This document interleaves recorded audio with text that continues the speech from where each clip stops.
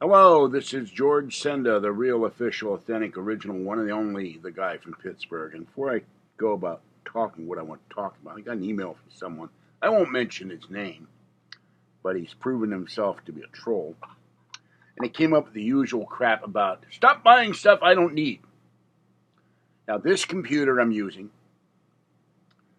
uh, every device in here just about has been paid for out of my money. Or at one point, my mother's money for my 2010 iMac. Nothing, microphones, cables, connectors, cameras, devices, alien heads that people like, except for the Mac, the 2009 MacBook, and the iPad,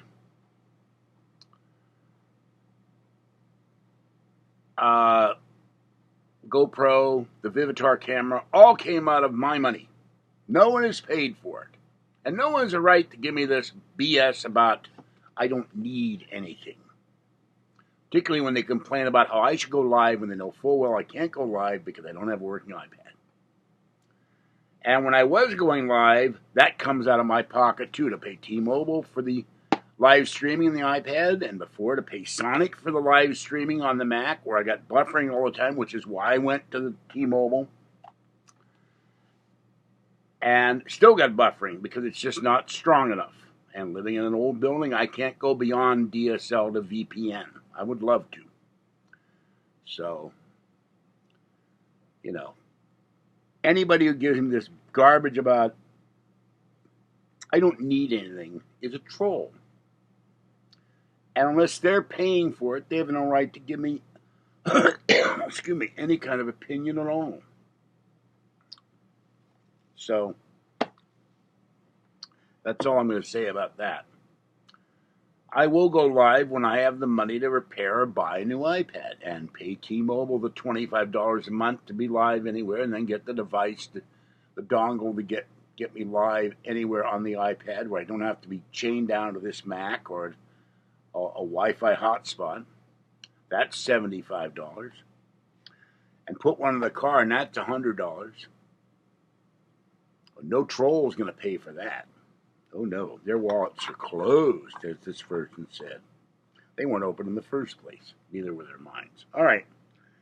Got a couple things I want to talk about. First of all, I got this honey cornbread and muffin mix, which is great if you have chili.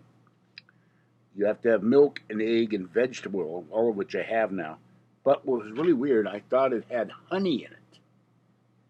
Made with real honey. Well, it does and it doesn't. I had to look it up. It's made with honey powder. And I went, excuse me, what the hell is honey powder? And then I had the cat food here. And that's what I'm really going to talk about. And I'm going, what is in this stuff? And I figured it out. This is Petite Cuisine with the cutest cat labels I've ever seen. These were about 80 cents a can, I think, on sale. God knows what they are, full price. And one of the things they've got in here, they say it's carrageenan free. And I said, what the hell is carrageenan? It sounds like one of those minority groups that were persecuted. Hello, my name is Paulo, and I am a carrageenan. And we have been persecuted since the days of Adam and Eve. And our people were hunted down and killed. And I got to think about Adam and Eve, and I go, you had Adam and Eve, Cain and Abel. Cain killed Abel. And then suddenly there's all these guys being begotten. Ham and Shep and Mo and Larry and Curly and Bunny, Susie. But there's only one woman. Where do all the women come from? Was there incest? I don't understand that. I don't remember seeing anybody else in there after Adam and Eve got thrown out of the Garden of Eden. Lilith supposedly was the first wife of Adam, and she got banished. So where did all these people come from to populate the earth, if any of this story is true? But I'm digressing.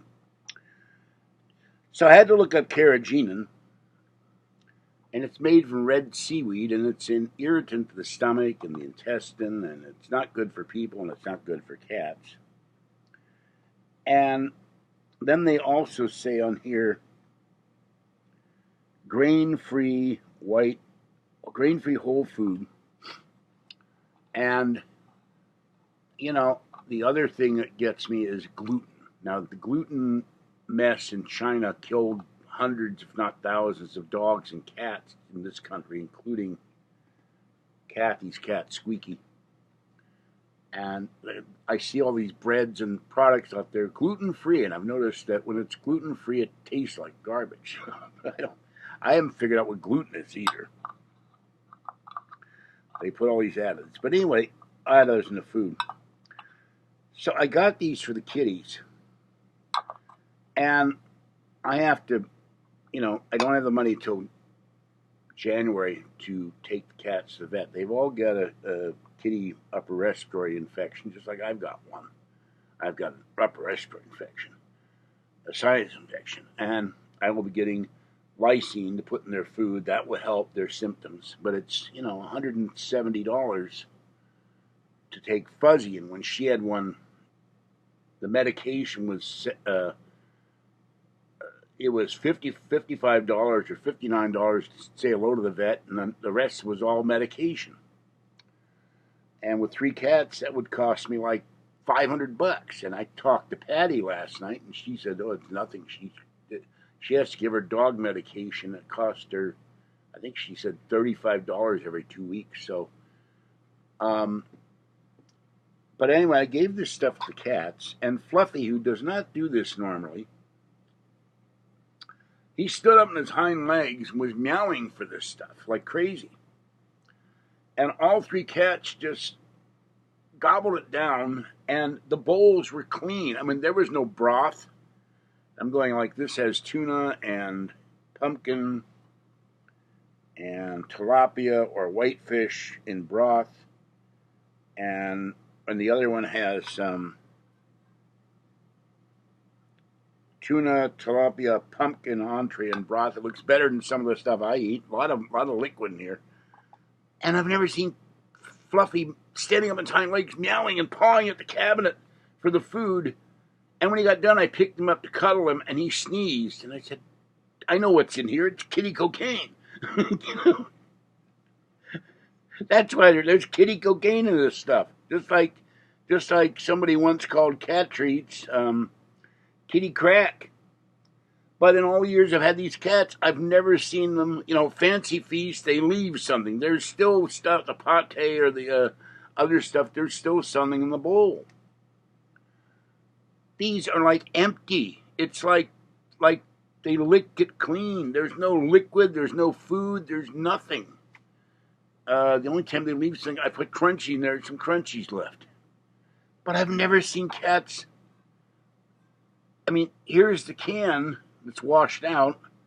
I've never seen cats eat cat food like this. They love this stuff. But what the hell makes them go crazy for this? I don't get it. So, and there's a lot of things that I would like to talk about going live. Like, the state of California is now getting rid of the toll takers and all the Bay Area bridges. And they're going to make you do fast track. And you're going to have that taken out of your bank account. There will be no toll takers. That's been welfare for toll takers for 70 years or more. And I always thought it was Goodwin Knight, and it wasn't. I think it was Governor Merritt, who said when they opened the San Francisco Oakland Bay Bridge in the 30s that the bonds would be paid in 1950 and the bridges would be free. And that never happened. There was another lie by a politician. And I always wondered why nobody ever sued the state of California to make the bridges free. And we shouldn't be paying tolls at all. Someone should have taken the state to court and said the bonds are paid, open the bridges, get rid of the toll takers, and we should have 70 years of free tolls, because that's what they owe the drivers of the state. Then we have the diamond lanes. Those were paid for. Those roads were paid for. They weren't always diamond lanes. They're charging those with fast track, and if you don't have a fast track, you get a big ticket. They take a picture of the license plate or a video or something. I'm going, they're charging you to drive on high-speed lanes. You can avoid the traffic for lanes that were already paid for by gas taxes. And then we have a governor who doesn't understand why we have $4 gas and up. And I read recently that money from that gas fund from Proposition 1 is now being diverted to the train to nowhere.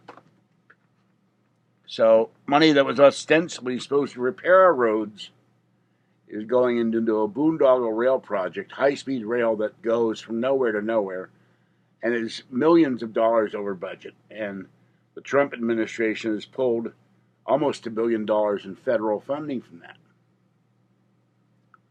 And then finally, the story I just posted on my forum, Roseville, California police have now hired armed security to assist them in dealing with crime and parking problems. Well, I lived in Roseville, California for 2.5 years, except for when we had two little monsters, 8-year-old kids who were neighbors, broke in our house twice, stole my wife's costume jewelry, and then came in a second time, trashed the house. They got in through the cat door, managed to open the door, steal stuff, trash the house, poured wine and other things all over the carpet and the walls, and then took my beloved teensy cat and Squirt, his mother. They cornered the cats. They threw them over their fence to a Rottweiler, killed them. And I fought with the police, the DA, and the mayor for over a year to find out who destroyed the house. We didn't own the house, we were renting it, and the landlord was furious when he came in and saw the damage they did. Lipstick on the walls, obscenities in the walls, and these two little monsters were welfare children. Their mother was an alcoholic, and they told the police they did it because their mother didn't like alcohol. I got the costume jewelry back, but I've never forgiven the Roseville authorities for allowing this to go on, because they told me that they had to protect the children. And I go, what about the rights to the victim? What about the rights to the owner of our house who had to spend thousands? We were moving out. In the time we were gone in 2 hours, these two kids managed to trash a 3-bedroom house. There were no rights for the victim. And this is indicative, this having to hire armed police to guard new buildings, businesses, shops, the parking garage. Roseville went into this building frenzy in the 2000s. It was a very sleepy, small town with very little crime in the 80s when I lived there. And now the merchants are saying, we're so glad we have armed guards. And maybe that's indicative of how the entire state has gone to hell under liberal administration. I don't know what kind of government they've got in Roseville today, but it wasn't like that in 1982 to 1985. I can tell you that. Now I moved to Carmichael and then Sacramento. So anyway, if you want me to go live, donate to the channel. And I'm tired of people like this troll saying I'm begging. I'm not begging. I'm asking for financial support to help me pay for equipment, pay for repairs, and pay for the expenses to go live. It costs money to go live. It doesn't come out of anybody's pocket but mine. And everything I buy for this channel comes out of my pocket. If you don't want to donate, that's fine. And other people, like this troll's buddy that he admires so much, I won't mention any names, they get donations sent to them by other trolls.